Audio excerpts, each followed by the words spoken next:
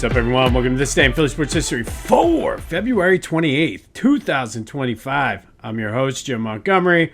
Welcome to a Feel Good Friday edition of the podcast.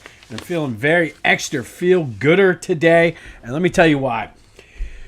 It finally hit me, the reality. I've been waiting for this day since the Super Bowl. And don't get me wrong, been on cloud nine since the Eagles won, but I think with just the fast-pacedness of the celebration afterwards, the week, looking for Super Bowl gear, I went and waited in line at the Plymouth Meeting Pro Shop, and then gearing up, making plans for the parade and all that, it never really, the reality of it never sunk in. And yes, I'm ecstatic about it and everything, but yesterday, as we were taking my daughter to basketball practice, typically I always have 94 WIP on in the truck. And yes, I know, as much as I bitch about them, I listen to them all the time. And quite honestly, if I'm being frank, I do get some ideas from them, but I tweak them or expand on them or use them for ideas for my own. I don't blatantly take them like they do to my stuff. And if I do, I give them credit, but I digress. But taking Ella to basketball practice yesterday, and she was like, "Can we listen to music?" And I said, "You know what? Yeah." And what do you want to listen to? She wanted to listen to "We Will Rock You." I'm like, okay. So we were talking about Queen and this, that, and she loves that song, which obviously that naturally leads into playing "We Are the Champions." And it hit me that, first of all, it was the first time since the Eagles won that I've listened to "We Are the Champions." Usually with the Phillies, and then the first Eagles parade, that was on nonstop. Hadn't listened to it, and as I'm sitting there and we're singing along and getting into it, kind of took me back, and like the reality of it all started to sink in. And I went back to being that kid with the football helmets out of the bubblegum machine, the kid that was filling out the Miller Lite handbook that used to come in the cases of Miller Lite with all the scores and everything like that, and just how far I've come as an Eagles fan, and just how here we are, two-time Super Bowl champions, something that quite honestly never thought I'd see in my lifetime won. And here we are, not only did we win, but being the best team in the NFL.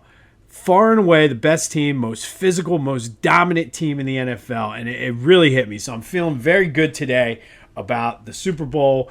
And I think the reality, it kind of came in waves over the course of the past 3 weeks or whatever. But I think the reality of the situation, it smacked me in the face yesterday. And I'm feeling very, very good today because we're two-time Super Bowl champions. And I did see some folks on Twitter the other day, now that we're 3 weeks or so or somewhere around there removed from the Super Bowl, kind of comparing the two. And I saw a lot of people saying, "Oh, I like the 52 one better. Oh, I like 59." And for me, I kind of look at it as comparing your kids. And nothing will ever match the experience of the first one. It's the first time you're experiencing something. And again, you substitute kids for anything. But I think just the relief, the way that it was played out, it's like a magical run. They say lightning in a bottle all the time as an analogy in sports or metaphor. And I really think that was lightning in a bottle. And for the longest time, it was like, hey, we got one. But it was kind of I'm trying to think how to word it, because I don't want to say unfulfilling, because hell, we finally won a Super Bowl and it was great. But it kind of felt fluky. We only had one. And really, if you look at the NFC East, everybody else had multiple Super Bowls. So for us to only have one, you still had the, oh, that's cute. And I talked about that on Super Bowl Sunday. But now, the second one is like your second kid. You kind of know what to expect. You're kind of prepared for it. And you sort of... I guess that's what I'm going through right now. You don't the moments are, it's different because you kind of been there before. You kind of know what to expect, but you got to take a minute sometimes to step back and reflect on it. And I guess that's what happened yesterday. Ironically enough, Ella is my second born, and to have that kind of wave of emotion come over me, and I feel like I'm rambling now, but that's okay. But to have that wave of emotion come over me and reflect on it and just let that reality sink in. That was a badass Super Bowl. 100% just badass. It was a badass team. And if you're going to continue to compare it to kids, my Ella is the badass tough one. So just a little rant today on a Feel Good Friday. I'm feeling really good. Thanks once again to Ella. Like the whole experience has been great since that Super Bowl. But I think, like I said, the actual reality of it hit me like a ton of bricks yesterday. And it's an awesome feeling, 100% awesome to be able to go to the parade. And this time, my wife was there, both parades with me, but to experience it with my kids. And like I said, I got kind of emotional because I went back to that kid with the football helmets and the Miller Lite football handbook. And just, man, something I just never, first of all, I never thought I'd see one, but to see two and then to see the second one happen. All of that to say, I don't know if you can compare the two. They both are just as satisfying, but in different ways. And like I said, like kids, friends, whatever, like you love them, but each one brings something different to the table. And that's what these Super Bowls mean. But like I said, the reality of winning the Super Bowl kind of hit me yesterday. And really, if you think about the words to "We Are the Champions," I think it's a perfect sort of metaphor for this team. And I'm sure all teams can kind of make that comparison. But if you really listen to the words, there's a lot of comparisons you can make with this team. So we're Super Bowl champions, and that's amazing. I wanted to say I always strive to give you the accurate information, but when I was talking about Ray Rhodes, I could not think of the quarterback, and it was not Brad Gable. Brad Gable was one of the quarterbacks when Randall hurt his knee in 91. It was, in fact, Bobby Hoyne was the guy I could not think of, so always wanted to get. But either way, if it wasn't, if they didn't believe in Bobby Hoyne so much, maybe Ray Rhodes would have stayed on a little bit longer. But let's stick with the Eagles here a little bit. Like I said, talking about, if you want to tell me which one of the Super Bowls is your favorite, hit me up on the Back to the Future voice and text line. But like I said, I can't choose which one is the favorite because nothing will ever top the feeling you had that first time you won the Super Bowl.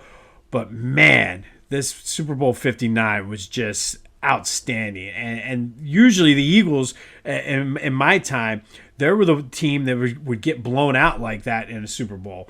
And I think a lot of I'm curious to know. Let me know this. It's not the question of the day, but I bet a lot of it falls on generational lines because if you're around my age and you grew up with the Buddy Ryan era, the Andy Reid disappointment and all that, Super Bowl 52 probably hit a lot different than it did for others.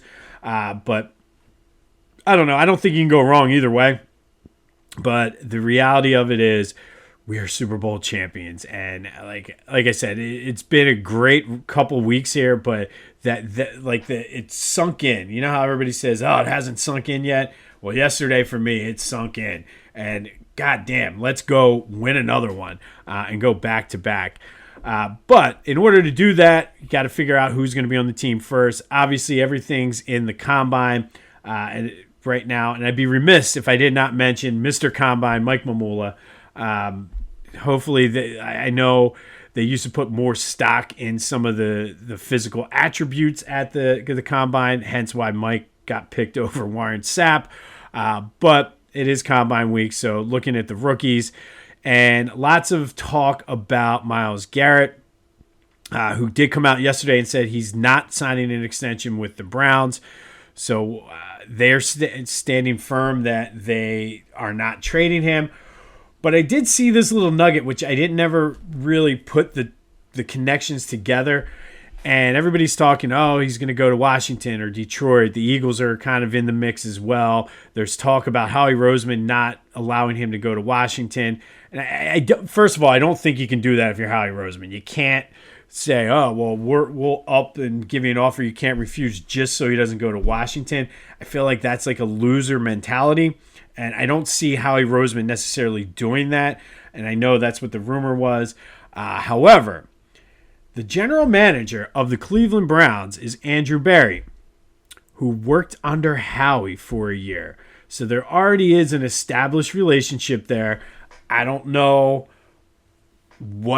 if that means anything, but there is an established working relationship there between Andrew Barry and Howie Roseman. So I thought that was a very interesting tidbit. He was like VP of football operations or some title like that. Basically kind of like one of Howie's cabinet members. So there is a strong working relationship. I don't know if they got along, but I don't want to start connecting dots and speculating. However, it's not out of the realm of possibilities. All right. Some housekeeping notes. Obviously, today is our last day of our Black History Legacy Makers with Philadelphia ties. Tomorrow, we're going to kick off Women's History Month as well as March Madness and spotlight some women's Big Five Hall of Famers.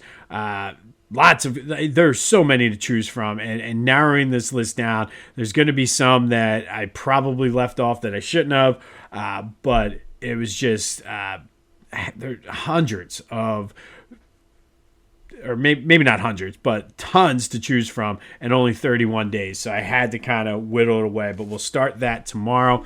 The Philadelphia Sports Hall of Fame ballot is out. You have a chance as fans to get your voice heard. Go to the link in the description, fill out your ballot, and if your ballot most closely matches the official 2025 induction class, you will win two VIP tickets to the ceremony in November. Already starting to tally, probably have like 50 votes in. I'll have more on the Philadelphia Sports Hall of Fame likely either tomorrow or next week, but lots of good things going on there. I finally figured out how to get the YouTube video link to post on the archives. That link is in the description. Lots of good things happening over there. But if you want to win two VIP tickets to the ceremony in November, fill out a ballot. And if it most closely matches the official induction class, you'll win two VIP tickets to the ceremony at Live Casino in November. And then while you're at it, check out my friends over at onpattison.com. Lots of great Phillies sports coverage. Get the newsletter delivered right to your inbox. We're featured in there a couple times a week.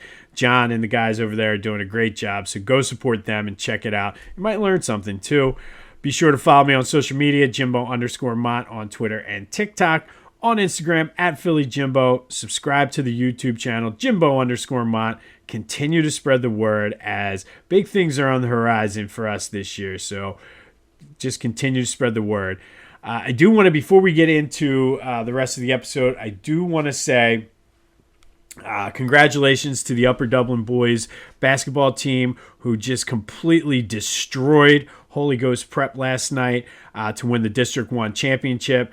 It's their 28th straight game they've won in a row. They dropped the season opener to Lower Merion and haven't lost since, heading like a steam freight train into the PIAA playoffs. So congrats to the Upper Dublin boys for winning the District 1 championship last night. 28 straight. That's impressive. Very impressive. Got to see them once this year in person. They're a good team. So if you're into high school sports like we talked yesterday, keep an eye on the Upper Dublin Cardinals. All right, Flyers lost in overtime to the Penguins last night, 5-4. Blew a 3-0 lead. Second period woes. They had the Little League period, but did battle back to send it to overtime. Got the point. 4 straight games now with a point. Matvei Michkov had 2 goals and an assist, and he's starting to play more consistently. I guess you could say getting his sea legs under him, getting adjusted to the rigor of the NHL schedule. But he's going to be good. He's going to be so good. I was able to watch some of it, and the Penguins did come down. I watched some of that second period, unfortunately, but the Flyers are up 3-0. Penguins came down, scored 2 quick goals, and then Michkov with the answer. He's a sniper.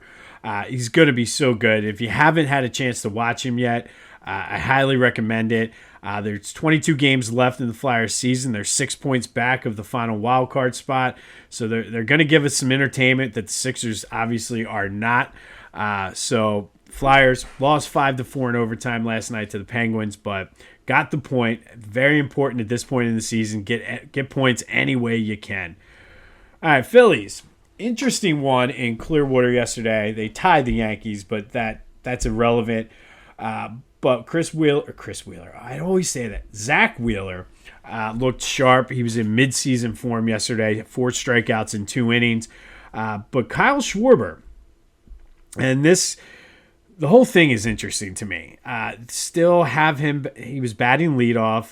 The reasoning is they want him to see pitches, but played him at first base. And that really, everybody's like, why are you putting him there? Blah, blah. And it got me thinking, and I don't know, but I could see this if it works out, where instead of putting him in left field every now and then to get some time in the field, if you put him at first base, you give Bryce a day off or JT a day off, but Bryce could have a day off, JT could DH, and you could put Marchand or Stubbs or whoever becomes the backup catcher. I think I kind of like it. It gives you somewhat more flexibility, allows Bohm to stay at third rather than switching between first and third. And then it allows you to get Edmundo Sosa's bat if he can continue on left field. And I know it's early. I know I could be speculating with that. Could have been something Schwarber's like, let me play first base today. And Topper's like, okay. But I thought that was interesting. What I'm more concerned about is, and I don't know, and maybe it's been a long time since I've played competitive baseball, but there is a different mindset between leadoff and cleanup. And you would think, since he's bad at leadoff for the past 3 years or whatever it's been, you'd want to get him some work hitting in that cleanup spot. But I don't know. I don't mind him at first base. Sure, it's going to be a liability. But I think it gives you more flexibility with the lineup. You can keep if JT's hot, he gets a day off, you can keep his bat in the lineup as a DH. And then get Edmundo in there, give Bryce some more rest. Who knows? But that was it. And then Jose Alvarado, we talked about him a couple weeks ago, posting his workout videos on Instagram. Did hit 100 yesterday, pitched 1, 2, 3 innings. So he's going to be a key piece, I think, to this bullpen, because that's one of the question marks about this team. But if he can consistently and accurately hit 100, look out, man. And then Gabriel Ricones hit another homer yesterday. And, man, if this kid can stay healthy, he's battled injuries since he's been in the Phillies system. He could end up at Lehigh Valley this year, which means who knows? I still think he's a year or two away from coming up to the big club, but I think we should remember his name, because if he can stay healthy, this dude's going to be a stud. All right. Because we're obligated to talk about them because they're a Philly sports team, let's start with a recap of yesterday's question of the day. In light of Paul George saying he's going to postpone his podcast in order to focus on basketball with 25 games left, I asked you, what is the worst free agent signing in Sixers history? People were all over the place with this one. 50% said Paul George. I think that's probably a little bit of recency bias. I can't argue that it's not. I still go Al Horford. But a few people mentioned Kenny Thomas. A few people mentioned Elton Brand. Both good answers. Somebody mentioned Matt Geiger. And, yeah, that was an interesting one, too. But I do feel in that finals run that he was able to take up some of those fouls against Shaquille O'Neal. And, truthfully, if it wasn't for Matt Geiger, Iverson may have gotten traded. If you remember, there was a trade in place. And because I forget who they were trading him to, it might have been Detroit, didn't want Matt Geiger or backed out, or Matt Geiger failed the physical or whatever it was, that nixed the trade, or else Allen Iverson would have been gone from Philly before that 2000 championship run. And then a lot of people brought up the name Andrew Bynum, and I can honestly say that's probably the worst acquisition in Sixers history, but that was a trade. They did trade. It was like a 4-team, very convoluted trade to get Andrew Bynum, but it was a trade. It wasn't a free agent signing. But thank you, as always, for participating in the question of the day. We will have one later in the show. Some Joel Embiid news. His rest of the season is up in the air. They're not sure what's going to happen. I did see a report from Shams that he has been getting injections into his knee just to try to, I guess, manage the pain or whatever. And I'm not sure, to be honest, based on that report, if the Olympics had any impact on his knee. It kind of sounded to me almost as though there's more of like a degenerative issue with his knee, which he could have sat out all summer and worked and rehabbed and still had the same issue this year. But at this point, let the young guys play. I mean, you're at this point, you're 2.5 out of the 10th spot. You're a game up for the 6th draft pick. You're only a game and a half back of the 5th spot. Let some of these young guys play, see what you have, and just focus on next year. Paul, go back to your podcast. That's fine. We don't need you focusing on basketball. But they're right there. They're teetering right now between making that run for the plan and playing for draft positioning. I say teeter this way.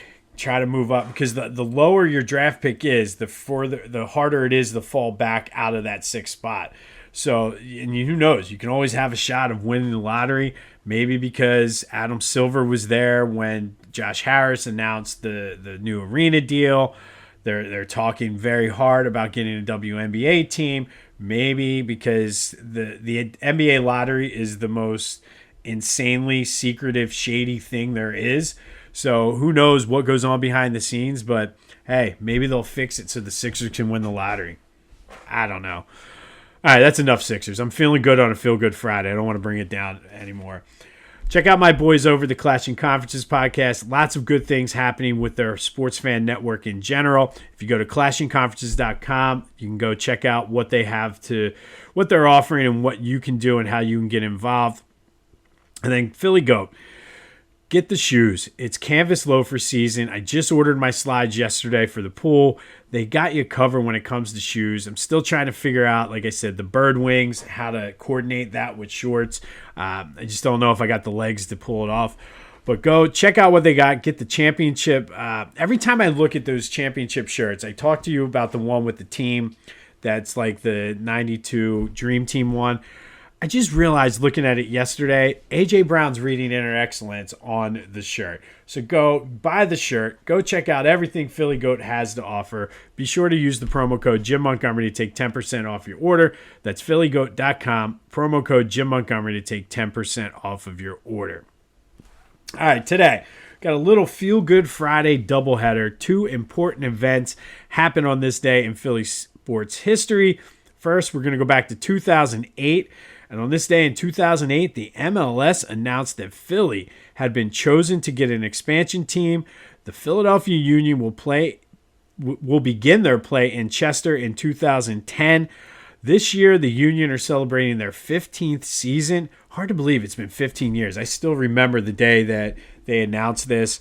But in 15 years, the Union have been a solid MLS team. 8 playoff appearances. They won 1 Eastern Conference championship. Remember that one in 2022 when it was just disappointment after disappointment. They won the Supporters Shield 1 time and 2 regular season Eastern Conference titles. But on this day, the Philadelphia Union were born in 2008. They wouldn't begin play until 2010. But Chester, the city of Philadelphia, everyone was excited about it. And then nothing probably from a Philly standpoint in the past since probably they won the World Series. The excitement of this day, I still remember this. On this day in 2019, the landscape of the National League East shifted slightly when the Phillies signed Bryce Harper to a 13-year, $330 million deal. In his 6 years so far in Philly, he's hit .285, 152 homers, 455 RBIs, led them now to 3 straight playoff appearances, won an MVP. That also includes the COVID year when they only played like 50-some games. But Bryce has been worth the price of admission since they signed him, but hasn't been able to get the Phillies over the hump. And that leads us to today's question of the day. From a legacy standpoint, we've talked a lot about legacies the past couple weeks. But from a legacy standpoint, is this a make or break year for Bryce Harper? I kind of think it is. I mean, and not taking anything away from Bryce because Bryce has been clutch when they needed it. But does he need to really step up as more of the leader and getting guys faces when they're not doing what they need to do? So I really do think this is a make or break year for Bryce's legacy. But what do you think? 267-495-8531. That's a Back to the Future voice and text line. Get that, anything else Philly sports related off of your chest. But I certainly think this is a make or break year for the entire team, to be honest. But I think everything, because of how much he makes and because he's the face of the franchise, I think this is a make or break year for Bryce Harper. And then finally today, our final Black History Legacy Maker with Philly ties. We're going to kind of come full circle from where we were at the beginning of the month. And today we're going to celebrate Zack Clayton.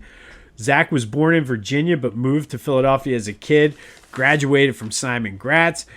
Now, he was a Negro League baseball player.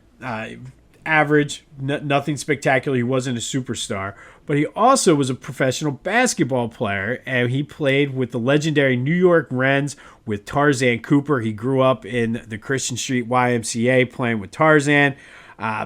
Zack also made it to the Globetrotters, won world championships with both of them, but he wasn't done. When he retired, he became a boxing referee and was the referee when George Foreman knocked out when Muhammad Ali knocked out George Foreman in the Rumble in the Jungle.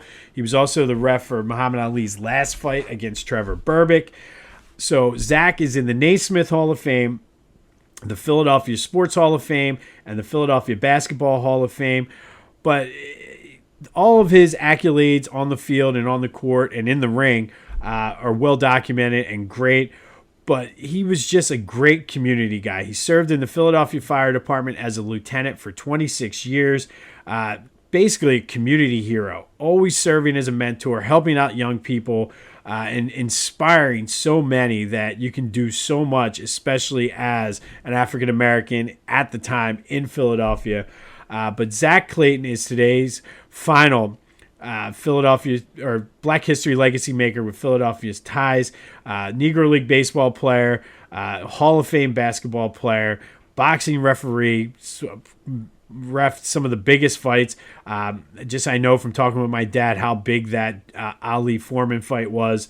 And really, though, Zack's legacy is giving back to the community, serving the community as a firefighter, and just serving as a mentor and an inspiration for everybody. So thank you, Zack, for all you've done to help inspire and mentor the youth of the city of Philadelphia, as well as the region.